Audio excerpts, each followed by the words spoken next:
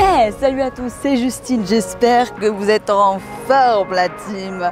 Pensez tout de suite à vous abonner à la chaîne pour ne rater aucune des vidéos de ce mois Back to School où on a une vidéo fitness par jour pendant 30 jours. J'espère que vous allez bien. Aujourd'hui, je vous retrouve sur le parking de ma salle de fitness, Factory Fitness, qui nous a gentiment accueillis justement pour faire ce tournage, donc merci à eux. On va respecter les consignes d'hygiène et de sécurité avec Alex, le caméraman qui est juste là. Salut Alex.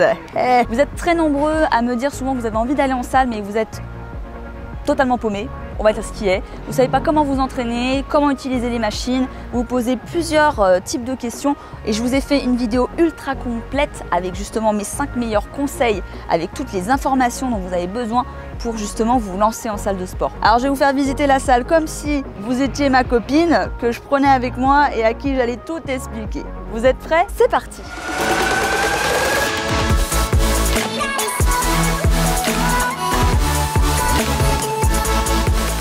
Premier point, il faut vous familiariser avec votre salle. En général, elles sont toutes différentes, on le sait en fonction des villes, des villages, etc. Mais elles ont plus ou moins toutes la même structure, c'est-à-dire qu'elles ont différents espaces au sein de votre salle de fitness. En général, d'une salle à l'autre, vous avez toujours un espace de cours collectif. Ici, on a des espaces de cross-training, on a un espace où on peut faire du biking et on a une grande salle de cours collectif qui se trouve ici. En fonction des salles et du contexte, forcément vous allez en avoir qui vont avoir des cours plus espacés, mais ça peut déjà vous donner une idée de ce que vous pouvez faire dans votre salle de fitness. La deuxième chose, ça va être l'espace cardio. L'espace cardio, chez moi, dans ma salle, il se trouve tout le long ici. On en a des vélos, on a des escaliers, on a des tapis de course, on a comment on appelle ça déjà? De l'elliptique, c'est exactement ça, j'en oublie même le nom des machines. Et après on va avoir tout l'espace musculation. On a une cage de cross-training, ça peut arriver, ça se démocratise de plus en plus dans certaines salles. Et on va avoir tout ce qui est charge libre, haltères, barres, kettlebell et grosses balls qui sont aussi présents dans pas mal de salles.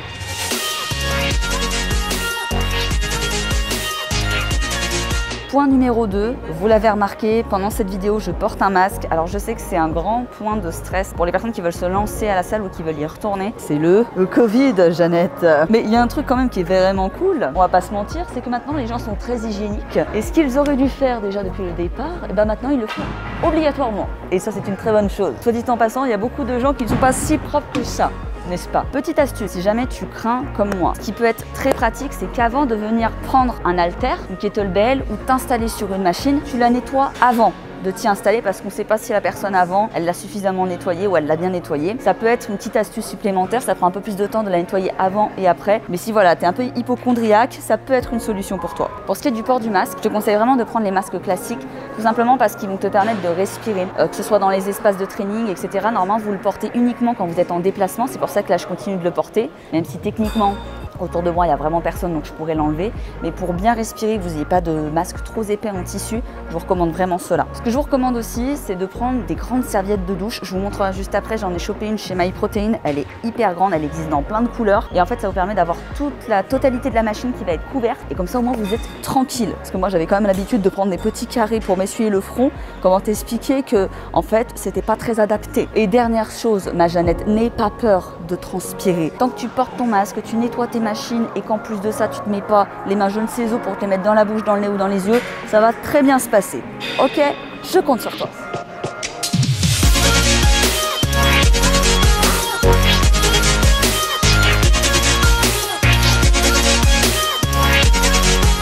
Troisième point, savoir comment s'entraîner. C'est souvent ce qui vous pose le plus de problème, c'est que vous ne savez pas quoi faire. Et alors qu'il y a une large gamme de possibilités à faire en salle de sport. Déjà le premier point, je baisse un peu mon masque pour que vous puissiez un petit peu me voir parce que sinon ça va être un petit peu compliqué. La première chose, on l'a vu ensemble, c'est les cours collectifs. Si vous avez besoin d'un cadre, que vous aimez être dans un groupe avec de la musique, du dynamisme, que vous avez envie de vous laisser guider, la salle de cours collectifs, c'est parfait. Vous allez avoir du biking, vous pouvez avoir les cours, les miles qui sont proposés dans pas mal de salles ou en fonction des formats, etc. Et ça peut être très intéressant pour vous, les premiers temps, d'aller vous donner des rendez-vous réguliers, justement dans les cours collectifs, pour vous familiariser avec la salle, avec les adhérents, et voilà, vous laisser porter par un cours qui est déjà tout fait. La deuxième chose, c'est la partie cardio et muscu. Je les englobe ensemble parce que pour moi, on ne va pas à la salle uniquement pour faire 3 heures de tapis, ça n'a pas vraiment d'intérêt. Mais si vous venez à la salle que pour faire du cardio, autant de pas venir à la salle. En général, dans une salle de fitness, la base, ça reste la musculation. Ça va être les machines, les poids libres, etc., les kettlebells, les barres. Et la partie cardio va vous servir notamment à l'échauffement. Vous pouvez faire 5 à 10 minutes, pas plus, sinon on n'est plus dans l'échauffement. On va rentrer dans un entraînement cardio un peu plus long, etc. Ça ne va pas activer votre corps de la même manière. Et on peut même finir certaines séances de musculation par du cardio fractionné. Et dans ce cas-là, si ça vous intéresse, je vous invite à aller voir cette vidéo qui est le meilleur cardio pour perdre du gras, qui va vous expliquer les différents types de cardio, comment les agencer ou non avec votre séance de muscu ou comment les faire seul. C'est une vidéo qui est très complète, donc si ça t'intéresse, je te laisse aller checker cette vidéo-là. En général, une séance de musculation, elle dure à peu près 1h30 entre la phase d'échauffement qui est, je te le rappelle, obligatoire. La séance en elle-même qui va être composée de plusieurs exercices avec des temps de récupération, des nombres de séries, etc. On y reviendra après si c'est du chinois pour toi. Et la phase, par exemple, de cardio ou finition sur les abdos. Donc ça dure à peu près 1h30. Ça, c'est ta base. Si tu peux t'entraîner entre 3 et 5 fois par semaine, c'est l'idéal en musculation. Moi, personnellement, c'est ce que je fais. Je m'entraîne entre 4 et 5 fois par semaine en muscu, à raison de 2 séances bas du corps et de 3 séances haut du corps. Et je peux rajouter éventuellement de temps en temps une séance de cardio supplémentaire si j'ai le temps, bien entendu. Le but pour vous, c'est pas de faire du 7 sur 7, surtout en muscu. Le travail de la musculation, en général, c'est entre 5 à 6 exercices. C'est ce qui va venir composer votre séance. Chaque programme d'entraînement est différent. Vous n'allez pas avoir un programme type dans cette vidéo parce que c'est trop vaste et ça dépend trop de vos objectifs, de votre point de départ, etc. Chaque exercice va avoir un nombre de séries et un nombre de répétitions. Je vais vous expliquer, je vais vous donner un exemple très concret. On va prendre un haltère, on va faire ce qu'on appelle un curl biceps pour venir travailler les biceps. On va faire 4 séries de 12 répétitions. La répétition, c'est le nombre de fois où tu vas faire l'exercice. Donc tu vas le faire 12 fois, 12 répétitions. Une série, c'est 1 fois 12. Et si tu dois faire 4 fois 12, c'est 4 séries de 12. Tu me diras en commentaire si c'était suffisamment clair. Est-ce que c'était suffisamment clair, Alex? Et ben voilà, c'était suffisamment clair. Entre chaque série, tu as en général une phase de récupération qui va de 1 minute à 2 minutes en fonction de comment tu travailles. Moins tu vas faire de répétitions, plus tu es censé mettre lourd et donc plus tu peux mettre une récupération un peu plus longue. Voilà, c'est pour un peu te donner quelques notions sur comment se structure une séance de fitness parce qu'on peut rentrer bien plus dans le détail. D'ailleurs, si tu es intéressé sur savoir comment créer ton programme, j'ai fait une vidéo à ce sujet qui va pouvoir t'aiguiller sur comment structurer tes entraînements, ta planification sur la semaine. Je te laisse checker cette vidéo et d'ailleurs je vous les remets dans tous les cas dans la description en dessous de la vidéo. Ça va te permettre justement de gérer ton planning, de savoir combien tu fais de reps, combien de séries, comment tu structures tes séances. Donc va la checker, ça va être super intéressant pour toi. Si tu as beaucoup moins de temps pour t'entraîner, ce que tu peux faire également en salle de musculation, c'est des circuits training. Alors ça va pas être tout à fait pareil qu'à la maison. On peut travailler en superset ou en biceps. C'est tout simplement un enchaînement de 2 exercices à la suite avant de prendre ta récupération. Ça va être par exemple l'exercice du curl biceps que tu vas faire en 4 x 12 et ensuite enchaîner avec de l'extension triceps 4 x 12 et ensuite tu prendras ta récupération. Ce genre de système permet de travailler musculairement, de réduire son temps de séance. Alors on travaille souvent avec des haltères moins lourds puisqu'on enchaîne les 2 exercices et on peut le faire très bien avec des poids libres, des barres, également des machines. On peut faire avec si vous avez un pneu aussi à votre salle, c'est top. On peut faire avec des kettlebells, etc. On peut même coupler ça avec certaines machines de cardio. Il y a plein de manières de faire.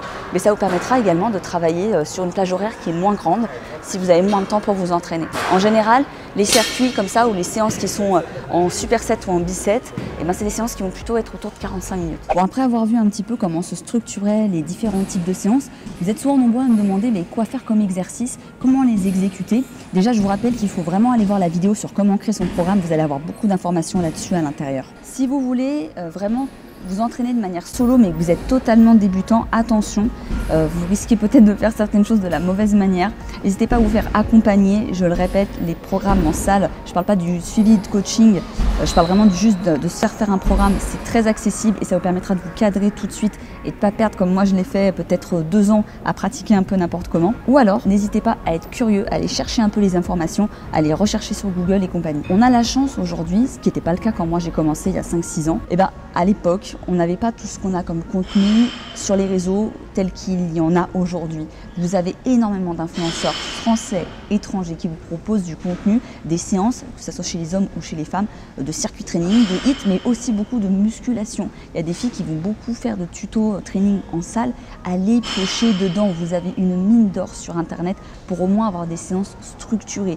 Vous ne pouvez plus dire aujourd'hui que vous ne savez pas comment vous entraîner tellement qu'il y a de contenu. En général, un programme, si vous en prenez un auprès d'un coach, ça va vous durer entre 6 et 10 semaines en fonction de comment vous voulez travailler. Le but lors d'un programme que tu vas répéter sur 6 à 10 semaines en musculation par exemple, ou en circuit, etc., c'est que tu vas chaque semaine faire la même séance. Tous les lundis, tu vas faire la même séance, tous les mardis, tu vas faire la même séance. Tu ne vas pas changer toutes les semaines, tous les jours d'exercice, d'entraînement.